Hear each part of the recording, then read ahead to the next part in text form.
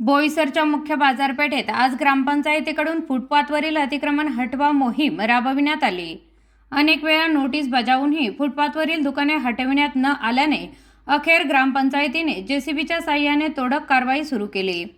मुख्य रस्त्यावरील वाढती वाहतूक कोंडी आणि नागरिकांना होणारा त्रास लक्षात घेता सर्व पक्षीय पदाधिकाऱ्यांनी एकत्र येत ही कारवाई हाती घेतल्याची माहिती समोर आली आहे। दरम्यान कारवाई दरम्यान काही स्थानिक मराठी महिला आक्रमक झाल्याने घटनास्थळी तणावाचे वातावरण निर्माण झाले। परिस्थिती नियंत्रणात ठेवण्यासाठी बोईसर पोलीस मोठा बंदोबस्तासह घटनास्थळी दाखल झाले असून अतिक्रमण हटवा कारवाई सुरू आहे।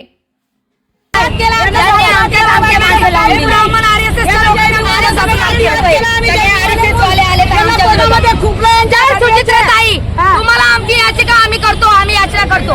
त्या 24 तासाच्या आत आम्हाला न्याय भेटला नाही तर आम्ही इथे